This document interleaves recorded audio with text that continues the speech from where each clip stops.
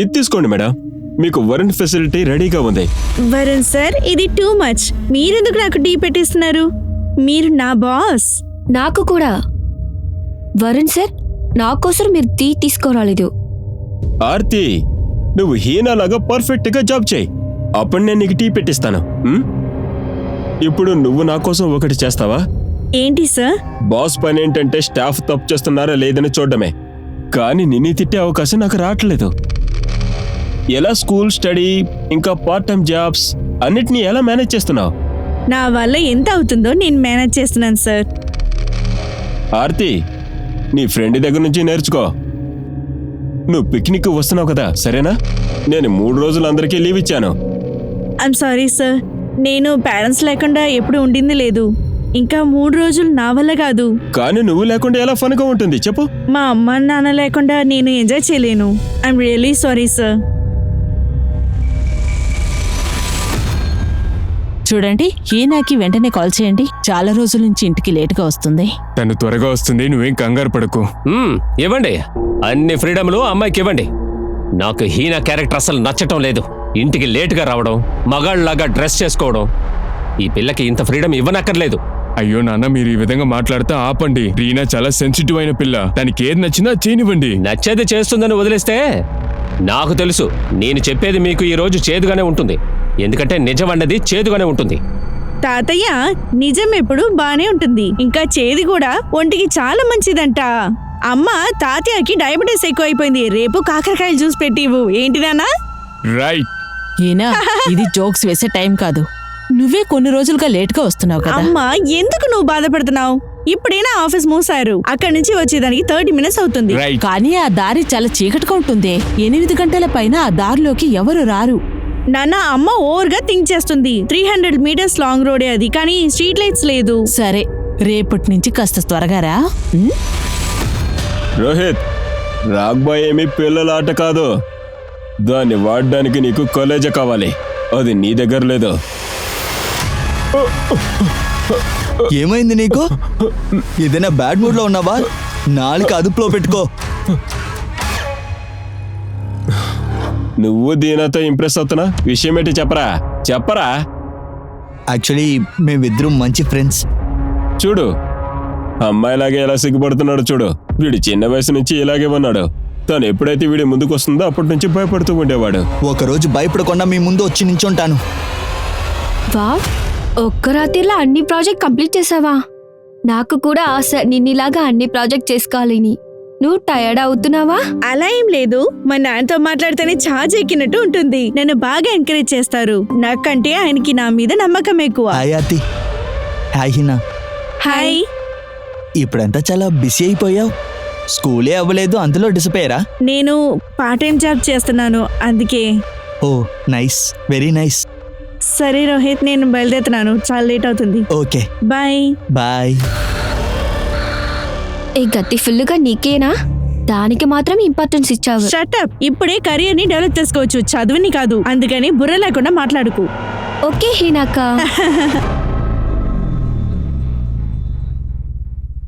Please Varun sir, నేను మళ్ళీ రానని చెప్పలేను. అర్థం చేసుకోండి, నా వల్ల పిక్నిక్ రానవ్వదు. ఓకే సరే, దానికి బదులుగా నువ్వు నాకొకటి చేయాలి. నాతో డిన్నర్కి రా. లేదు సార్, నా కోసం ఆల్రెడీ వండి పెట్టేశారు. I'm really sorry sir. ఎందుకన్నిటికీ సారీ చెప్తున్నావు? ఇలా చూడు, నేను నీ బాస్ని. ఇది నా ఆర్డర్, నువ్వు వస్తున్నావు. లేదు సార్, నేను రాలేను. ప్లీజ్ అర్థం చేసుకోండి. వెళ్దామా? Bye sir. Bye sir.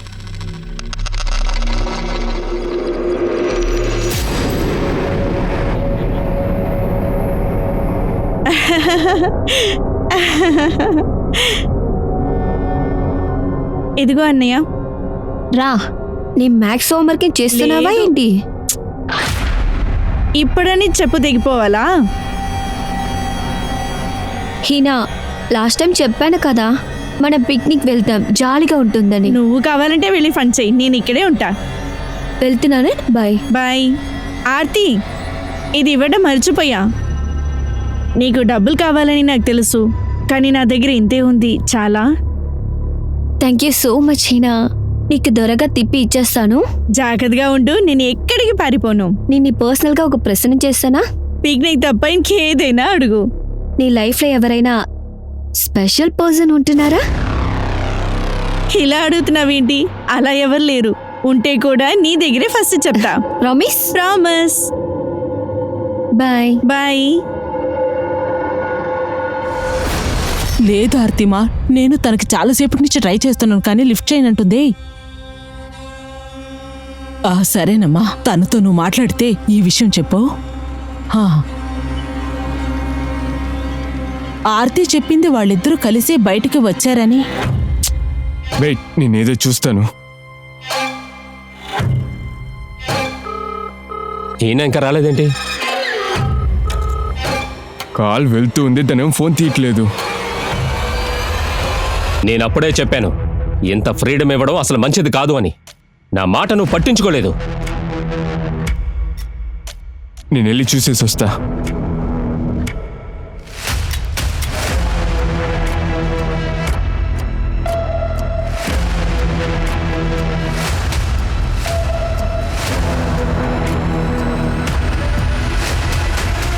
లేదు సార్, తన ఆఫీస్కి రాలేదు.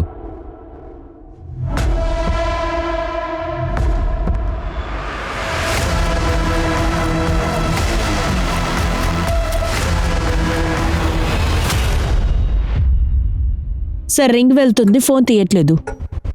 లాస్ట్ నైటే రిపోర్ట్ చేయాల్సింది. చూడండి, ఇలాంటి పరిస్థితుల్లో ఎంత త్వరగా వీలైతే అంత త్వరగా ఇన్వెస్టిగేషన్ చేయాలి. ఎనీవే, మేము హీనా వాళ్ళ ఫ్రెండ్స్తో మాట్లాడతాం. మా హీనా చాలా సెన్సిటివ్ అయిన పిల్ల, మాకు చెప్పకుండా ఎటు వెళ్ళొచ్చు తను. హీనాకి బాయ్స్తో ఫ్రెండ్షిప్ ఉందా? అంటే బాయ్ ఫ్రెండ్తో? లేదు లేదు సార్, ఈయన ఫుల్ ఫోకస్ తన చదువు మీద ఉంటుంది. ఇలాది ఏదో ఒకటి ఉంటే నాతో చెప్పుండేది. క్షమించండి, హీనా 17 ఏళ్ల పిల్ల. ఈ వయసులో తల్లిదండ్రుల కన్నా బాయ్ ఫ్రెండ్స్తోనే అన్ని విషయాలు షేర్ చేసుకుంటారు. ఇప్పుడు హీనా ఫోన్ స్విచ్ ఆఫ్లో ఉంది. హీనా ఎప్పుడు కనిపించకుండా పోయిందో అక్కడే ఎక్కడో ఉండాలి.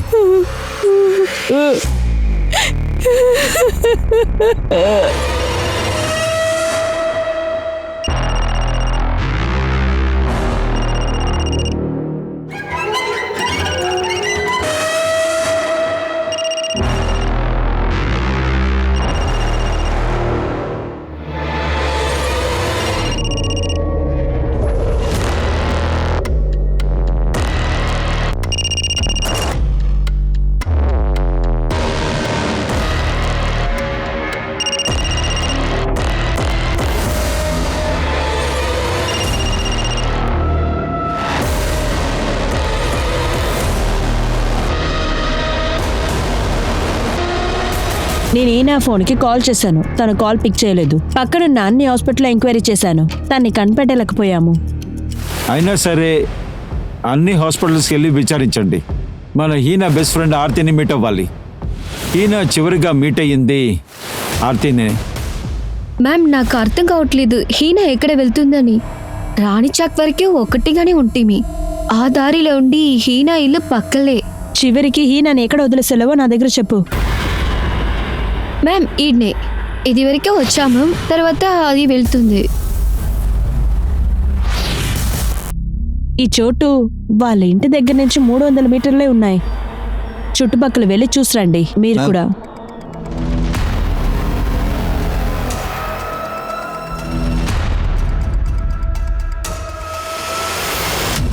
మ్యామ్, ఇక్కడ ఒక చెప్పు దొరికింది.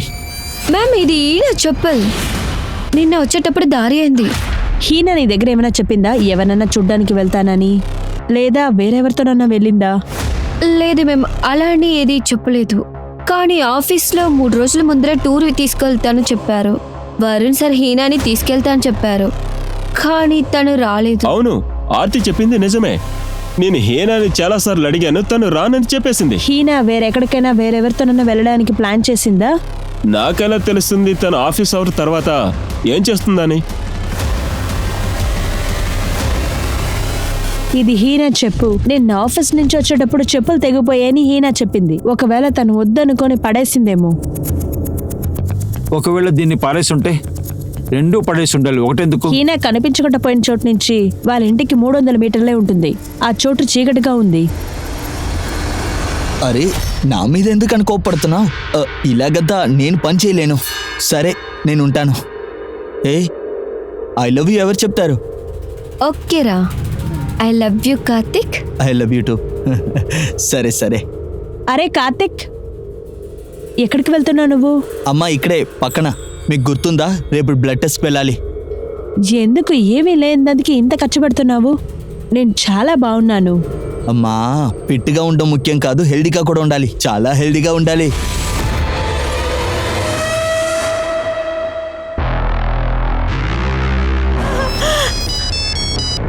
కార్తీక్,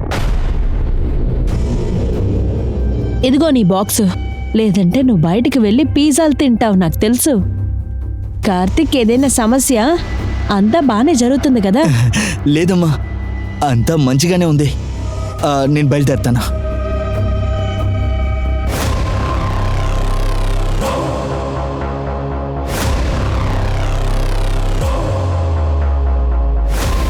అన్నా నమస్కారం. అన్నయ్య, నాకు కొంచెం డబ్బులు అవసరపడుతుంది.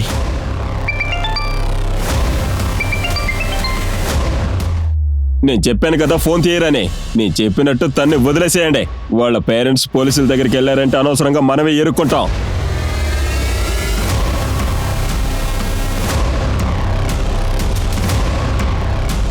వాడు వెళ్ళాడు. ఎందుకని వెళ్ళరు? తన గర్ల్ ఫ్రెండ్ మిస్సింగ్. ఖచ్చితంగా వెళ్తాడు.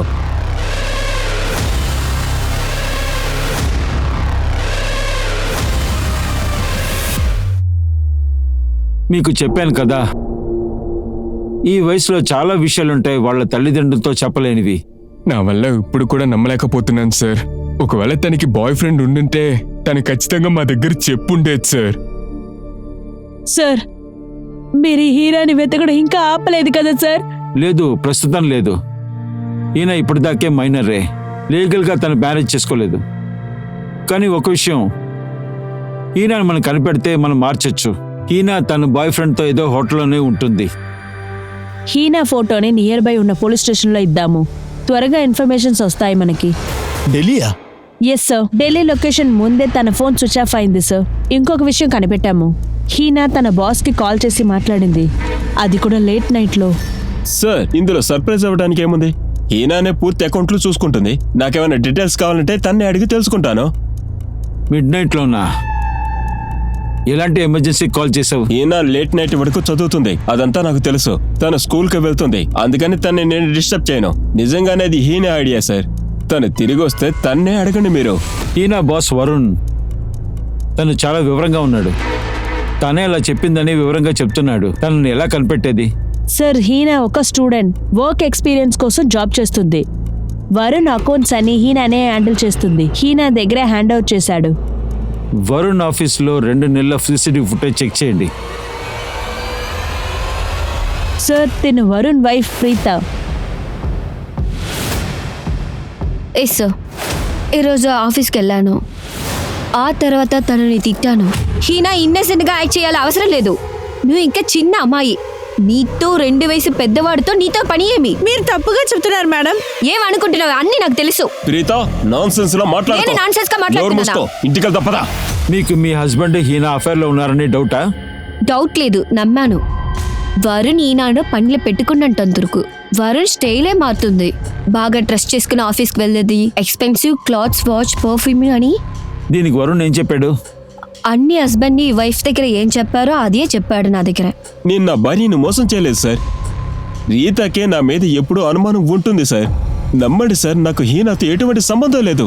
మీ వైఫ్ మిమ్మల్ని నమ్మట్లేదు, అలాంటప్పుడు మేము ఎలా నమ్ముతాం? చూడండి, మీకు ఇప్పటిదాకా టైం ఉంది. తను ఎక్కడుందనేది మర్యాదగా చెప్పండి. మీకు తెలుసు మైనర్ అమ్మాయితో పారిపోవడం అనేది ఎంత క్రైమ్ అని. ఇప్పుడు తెలుసుకుంటారు. సార్, నేనే క్రైమ్ చేయలేదు. నేను ఒట్టేసి చెప్తున్నాను, హీనా ఎక్కడుందో నాకు తెలీదు. హీనా ఎక్కడికి వెళ్ళింది, ఎటు వెళ్ళింది, కానీ ఎవరికి ఏమీ తెలియదు. ఈ సమాజం ముందు కంటే చాలా దారుణంగా మారిపోయింది. హీనా జీవితాన్ని పూర్తిగా నాశనం చేశారు. దేనికి భయపడని అలాంటి దుర్మార్గులు. సార్, ఇవాళతో 18 రోజులు అయ్యాయి. సార్ ఇన్ని సంవత్సరాల్లో తను మమ్మల్ని వదిలేసి ఇన్ని రోజులు ఎక్కడ లేదు. ప్లీజ్ సార్, ఏదో ఒకటి చేయండి. మా హీనాని తిరిగి తీసుకురండి. నాకు తెలుసు తను చాలా బాధలో ఉంటుందని. తను నొప్పికి తట్టుకోలేదు. మాకు మీ పరిస్థితి అర్థమైంది. మేము మాత్రం ఏం చేయగలము? ప్రాబ్లం ఏంటంటే ఇక్కడి నుంచి ఎవరు చెప్పకుండా తను పారిపోయింది. తను ఎక్కడికి వెళ్ళిందో మేము కనిపెట్టలేకపోతున్నాము. మాకు కుదిరినంత వరకు పూర్తిగా ప్రయత్నించి కనిపెడతాం. సార్, ఏదో ఒకటి చేయండి సార్. మా హీన మాకు కావాలి. దాన్ని మేము ముద్దుగా పెంచుకున్నాం. ఎలాగైనా రక్షించండి. నువ్వు ఏడవకు. సార్ హీనా ఆఫీస్ నుంచి ఇంటికి వచ్చేంత వరకు ఫుటేజ్ తీసుకొచ్చాను. ఆ రోజు రాత్రి వరుణ్ వాళ్ళ కారు సేమ్ రోడ్ సిగ్నల్లో ఆగింది. ఇదే ఆ ఫుటేజ్. సార్, మీరు నన్ను తప్పుగా అర్థం చేసుకుంటున్నారు. నేరుగా విషయానికి రా. ఈ నన్ను ఎక్కడ దాచిపెట్టావు? సార్, నేను ఆ రోజు తన్ని ఫాలో అవుతూ వెళ్ళాను. ఎందుకంటే నేను జెలస్ ఫీల్ అయ్యాను. సార్, నేను చాలాసార్లు తన పిక్నిక్ పిలిచాను, తను రాలేదు. అందుకనే నేను అనుకున్నాను తన జీవితంలో ఎవరో ఉన్నారని. అందుకనే నేను తన్ని చూడాలని వెళ్ళాను. ఇందువల్ల ఎలాంటి యూస్ లేదు. దీనివల్ల నీకు ఒక పాఠం నేర్పిస్తాను. సార్, నేను ఒట్టేసి చెప్తున్నాను, హీనా నేను కిడ్నాప్ చేయలేదు. హీనా ఏ దారిలో ఇంటికి వెళ్తుందో ఆ దారిలోనే నేను ఫాలో అయ్యాను. నేను తన్ని కనిపెట్టలేకపోయాను. అందుకనే తిరిగి వచ్చేసాను. కానీ ఆ తర్వాత నువ్వు తిరిగి రాలేవు. సుధాకర్, వాడిని కొట్టండి. వాడు నిజం చెప్పేంత వరకు వాడిని కొట్టండి. సార్, నేను చెప్పేది నిజం, నన్ను నమ్మండి సార్. సార్, నేను చెప్పేది నిజం సార్, నన్ను నమ్మండి సార్. 45 రోజులైపోయింది. ఇంతవరకు వచ్చి హీనా కనిపించలేదు అని అనుమానంతో పోలీసులకి చాలా ఆశ్చర్యం వేసింది. పోలీసులు చాలా విధాలుగా ప్రయత్నిస్తున్నారు. ఒకవేళ హీనా ఒక అబ్బాయితో వెళ్ళుంటుందా, లేక హీనా శత్రువులు ఎవరైనా తన్ని కిడ్నాప్ చేసుంటారా అని హీనా అమ్మా నాన్న కూడా ఇదే క్వశ్చన్ అడుగుతూ ఉన్నారు. 45 రోజులైపోయింది. వాళ్ళ కూతురు మొహాన్ని చూడలేకపోయారని బాధపడేవారు. ఒక్కొక్క రోజు చాలా దారుణంగా మారుతుంది. వాళ్ళ చివరి రోజు ఎప్పుడు వస్తుందో చూద్దాం.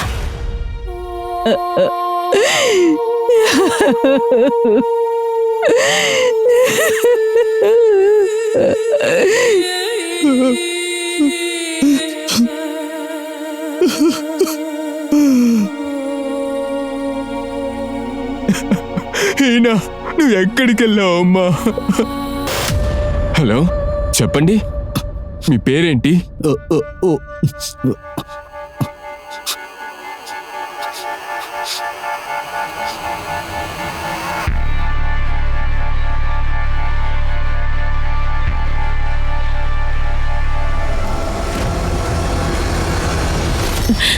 నా కార్తిక్ పిజ్జా డెలివరీ షాప్లో పనిచేస్తున్నాడు. కొన్ని రోజులుగానే వాడు సరిగ్గా లేడు. దీని తర్వాత వాడు పనికి వెళ్ళడు. వాడు రూమ్లోనే ఉండిపోతున్నాడు. ఇక్కడి నుంచి మీరు వెళ్ళిపోండి.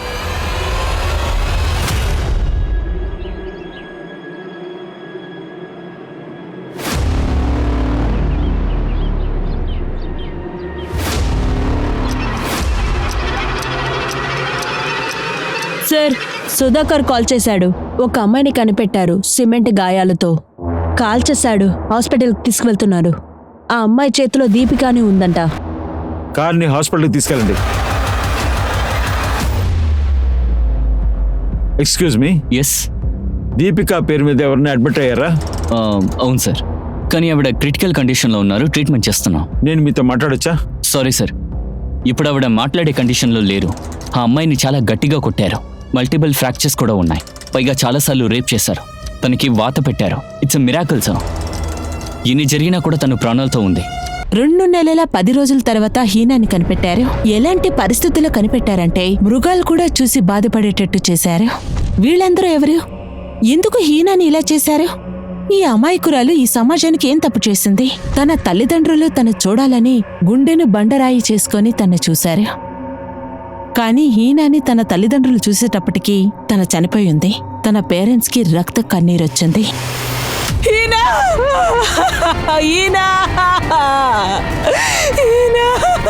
ఏంటండి ఇలా జరిగింది? అయ్యో,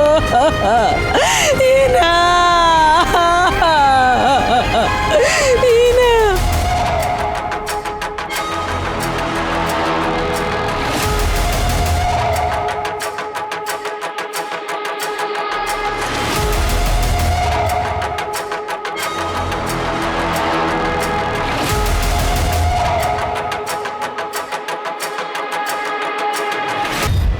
ఈ ఏరియా ప్రశాంతంగా ఉంది.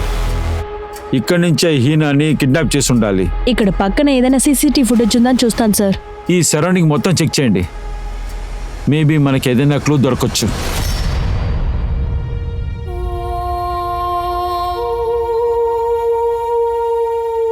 బాధపడకండి, ఈయన త్వరగా నయమైపోతుంది. తను చాలా ధైర్యమైన పిల్ల. ఈయన త్వరగా నయమైపో అమ్మా, నేను నీకు మాటిస్తున్నాను. ఈ రోజు నుండి దేనికే నేను అడ్డు రానమ్మా.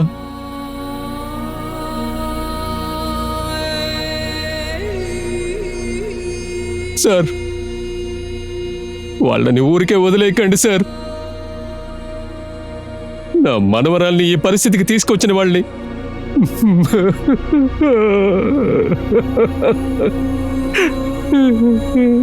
నన్ను వెళ్ళనివ్వండి. నేను హీనాని చూడాలి. నేను తన్ని చూడాలి. నన్ను వదలండి.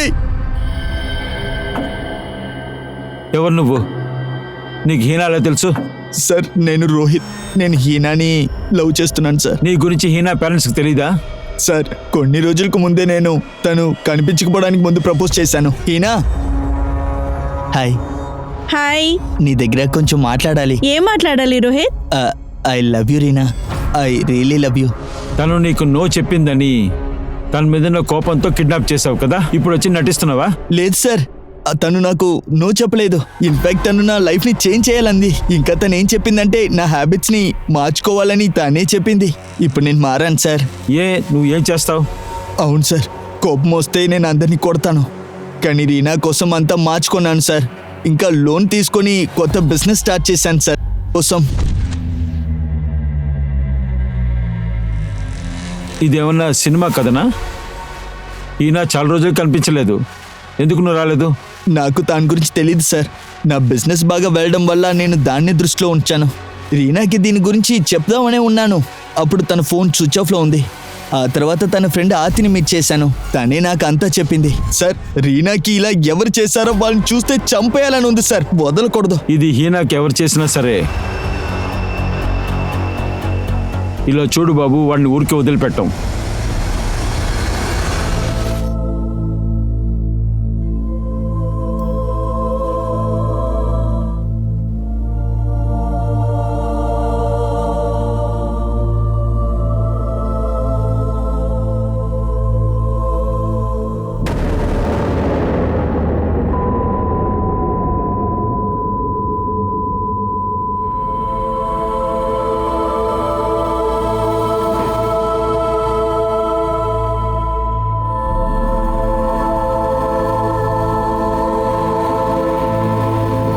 సరే, హీనాని కనిపెట్టిన చోట్లో సీసీటీవీ ఫుటేజ్ లేదు.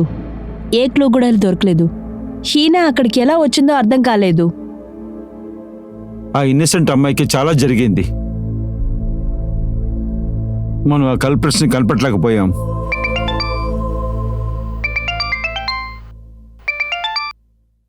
హలో,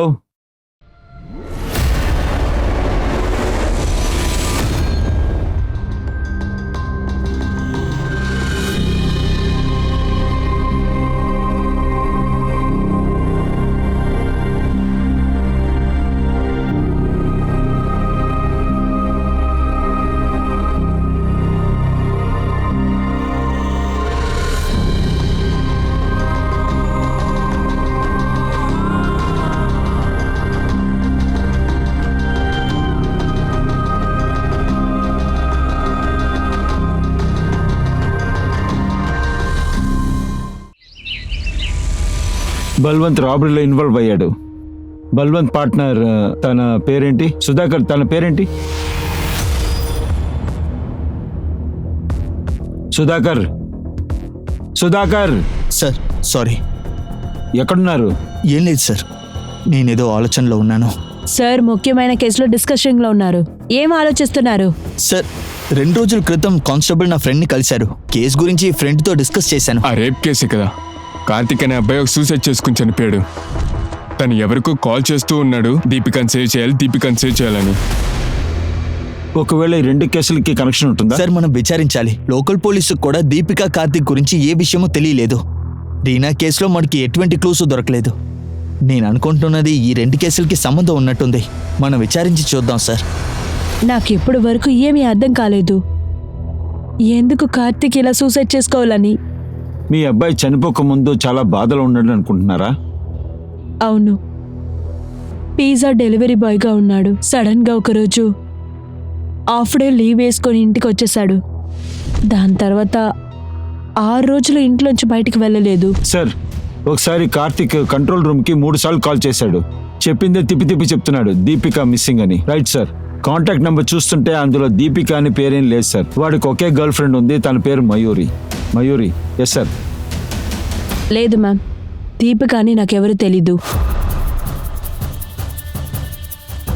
సారీ సార్, దీపిక పేరు మీద ఎవరు నాకు తెలీదు. కార్తిక్ ఇంటికి వెళ్ళక ముందు ఎక్కడెక్కడ డెలివరీకి వెళ్ళాడో ఆ డెలివరీ ఆర్డర్ లిస్ట్ నాకు కావాలి. తాను ఎక్కడికంతా డెలివరీకి వెళ్ళాడో ఆ లిస్ట్ నాకు కావాలి. లిస్ట్ దొరికింది, కానీ దీపికా నేమ్ కస్టమర్ లిస్ట్లో లేదు సార్. అందరింటికి కాల్ చేసుకొనుకున్నాను, దీపికా నేమ్లో ఎవరు లేరంట. హీరోయిన్ దీపిక గురించి మాట్లాడారా? నాకు ఐడియా ఉంది, ఛాన్స్ ఉంది. హలో సార్, మీరు లక్కీ కస్టమర్గా ఎంచుకున్నారు. మీకు 1000 రూపాయలు ఇస్తాము. దానికి మీరు ఒక చిన్న ప్రశ్నకు సమాధానం చెప్పాలి. ఇంకా మా ప్రశ్న ఏంటంటే, మీ ఫేవరెట్ హీరోయిన్ ఎవరు?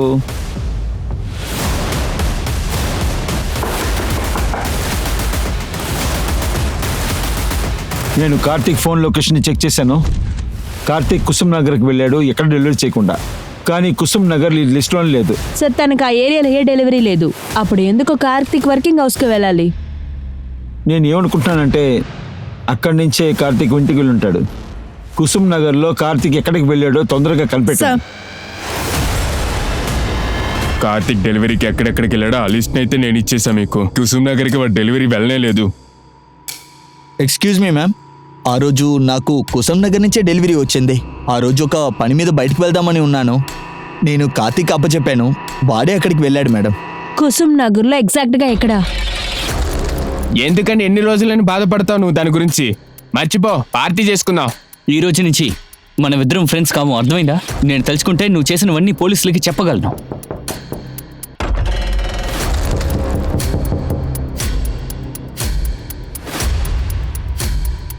హలో సార్, నేను అభిమన్యు, క్విక్ పిజ్జా కార్నర్. ఇప్పుడు మీరు మా లక్కీ కస్టమర్ అయ్యారు. మీకు 1000 రూపీస్ కూపన్ దొరికింది. మీరు మా చిన్న క్వశ్చన్కి ఆన్సర్ చేస్తే చాలు. మా క్వశ్చన్ ఏంటంటే, మీ ఫేవరెట్ హీరోయిన్ ఎవరు? డార్లింగ్ దీపిక. హేయ్, ఎవరక్కడ? పోలీస్, అందరినీ పట్టుకోండి.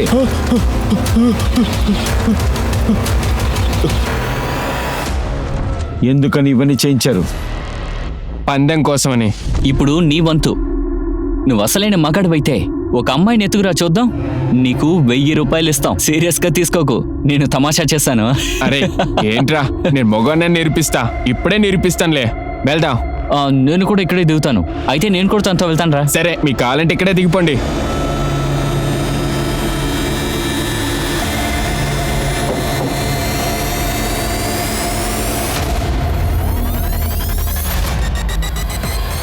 అమ్మాయే.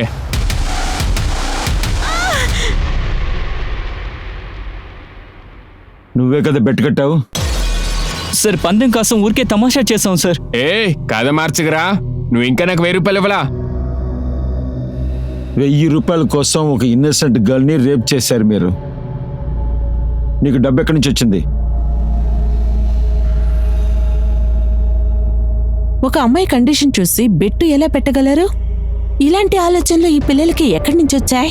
అది కూడా ఈ సొసైటీలో. మన ప్రశ్నలకి ఎలాంటి జవాబు లేదు. మగవాళ్ళకి ఆడవాళ్ళకి ఎలాంటి డిఫరెన్స్ లేదు. కానీ అది నమ్మరు. Friends, siblings, husband and wife, వీళ్ళలో ఎవరికి స్వతంత్రం ఉంది? ఇలాంటి సిచ్యువేషన్స్ ని ఎక్కడైనా చూడొచ్చు. మగవాళ్లకు మాత్రం స్వతంత్రం ఉంది. జాగ్రత్త అనే విషయంలో ఆడవాళ్లకి స్వతంత్రం పారిపోతుంది. క్లాత్స్, డ్రింక్స్, ఇంకా బాయ్ ఫ్రెండ్స్, దీన్ని పెట్టి చాలా మంది జడ్జ్ చేస్తూ ఉంటారు. మన ఆలోచనలు మార్చుకుంటేనే మన సొసైటీ కూడా మారగలదు. దానికి మనం ప్రయత్నించాలి. వీటినన్నిటినీ మనం అందరం కలిసి ప్రయత్నిస్తామని ఒక నమ్మకం ఉంది. మీ నుండి సెలవు కోరుకుంటుంది దివ్యాంకి త్రిపాఠి దయా. రేపు కొత్త కేసులో మిమ్మల్ని కలుసుకుంటాను. అంతవరకు చూస్తూనే ఉండండి Crime Patrol Satark. Women against crime. అందరు మహిళల స్వతంత్రం. జై హింద్.